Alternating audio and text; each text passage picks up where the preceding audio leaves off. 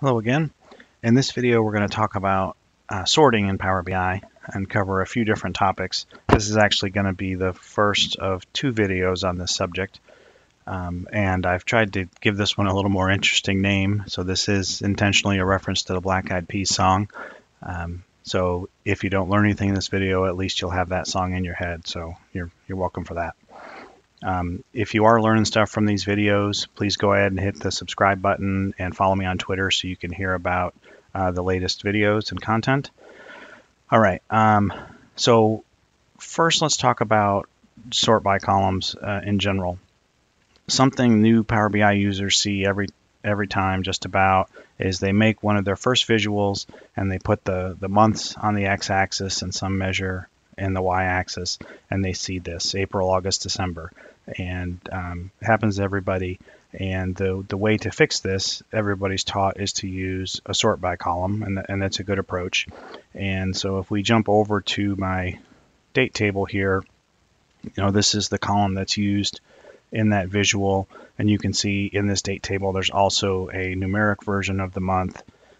Similar for this year month column, it has text values, and so it would have a similar issue. And so I've also created a year month sort numeric version that has the same granularity as the other column. And so you just come here and then choose the appropriate column. So the month name column gets sorted by month, and the year month column gets sorted by year month sort. And then when you go back to your visual, everything is right with the world, and so we get the expected chronological order of the months, and then this one changed its sort behavior as well.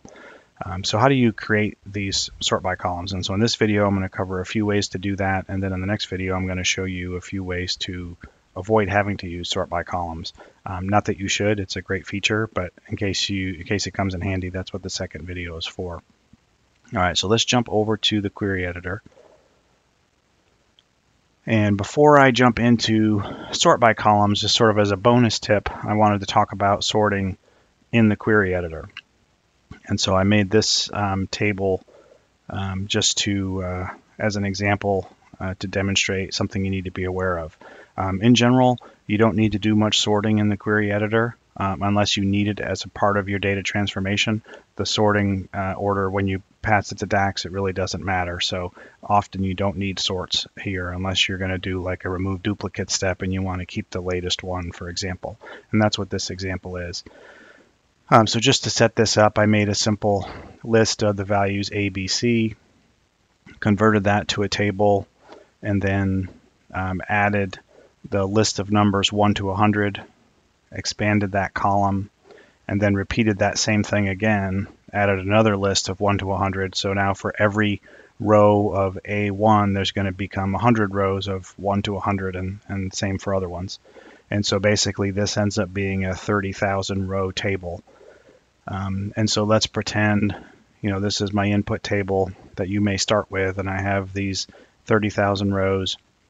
I can go ahead and I can sort here, and I can do A to Z, Z to A, and go high to low, and that would sort. And you can actually sort on multiple columns just by sorting on one and then sorting on the next one, and it'll just add to the steps. So you see in the table sort function here, there's multiple columns being sorted here, and you can add more as well. But the strange behavior that people see when you do this is if you then go and say remove duplicates on this letter column, you can see right now it looks properly sorted, that the rows with 100 in both columns, which is the max value in both, is at the top. However, when you go to remove duplicates, some strange behavior happens, and I don't have a good explanation for this, but it's behavior you need to be aware of. And so the fix to this, as described by Emka several times in her content out there, is to wrap this in table.buffer. Okay, so if you just wrap that, it loads the whole table in memory, and then that's the table that's used to perform the sort. Oops, that's not where I wanted to do that. My bad. You need to do it on the sort column, the sort step.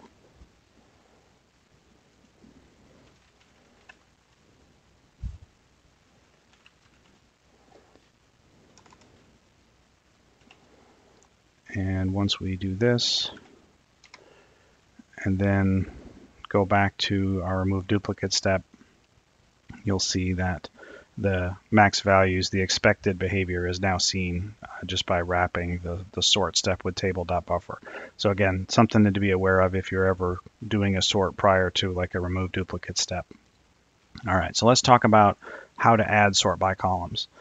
The date table example I showed you is a real common one, and so I won't cover that, but basically you can just build that into your date table or whatever table. If you have dates or numbers, you could do that.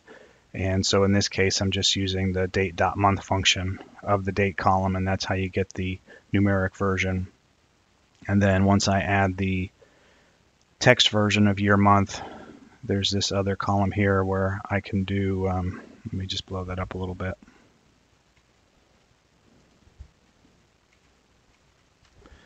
You can use that function here where I did the date to text and I forced it to be 2 digits long with this date to text function. Did the same thing with the year and then combined those two things together to get this numeric equivalent of this, and then that's a good sort by column. All right, so that's for date columns. Let's talk about data columns or category columns. So I'm just going to use this real small table for the demo today, and I just made up these products, and I intentionally chose the NATO call sign words here for that spell out sort. And so alphabetically, right, it's ORST, but we want to rearrange these to SORT. And so this is the table we're going to do it with. And I'll show you first the preferred way to do this. If I only have a few values like this one, I'll use this type of an approach, and I'll use a list.position of. And so what I'll do is I'll start with that source table, and then I'll add a custom column with this kind of a function where I just, I'll open up the editor here, which is what you'll see if you add a custom column, and I just use list.position of, and then I hard code in this list with the words, the values in the desired sort order. And so now I have them correctly here, and then it goes and checks whatever value is in the product column, and it checks where it is in this list and returns the index value of where it is in that list. So values of 0, 1, 2, or 3. So Power Query counting counts with 0. And so you see I get this value here. So now I have a sort by column. I could load this, load the data, and then do the sort by column just like I showed before. But I want to show you some other ways to do it, so I'm actually not going to load this table. But this is my preferred way if I just have a few values. The other way is to merge in a sort table. And so in this case, starting with that same table, and then I've created this separate table over here called separate sort, where I just have these values hard-coded in. So in this case, I'm just using the enter data, capability up here to just type those values in. I can come back here and hit the gear icon and edit those if I needed to, but then I just hard-code in those values. And once I have that table, I can merge it in and then expand the sort value, and then I'm in the same spot again to use this as a sort by column if I load the data. And again, this would be an approach you would use to say if you had a lot of values, and maybe you'd even put that in a spreadsheet and load those values in separately. So this is what I would do for a lot of values. There is a way to do it with DAX as well, and so I'll show you that. So I'm actually not going to load either of these tables. I'm just going to load the original data table that doesn't have a sort by column, and then I'll show you how to do it with DAX as well. So if we go back to the main window here, and then we go over to the data view and the data table, we can talk about how to do this with DAX. So I didn't load any of the ones from the query editor, and we're going to make one with DAX. So one simple way to do that, similar to what we did with list.position of, is we could use a switch function.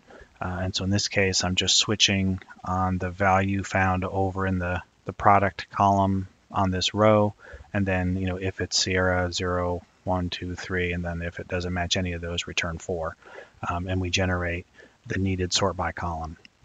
However, one thing you'll see is if you then go to the product column and you try to sort by this product sort DAX column, we'll get a circular dependency error. And so the extra trick you need to know, and this is kind of why I wouldn't do this with DAX, and in general, if something can be done easily in the query editor, I tend to do it there. So in this case, you actually need to make another column.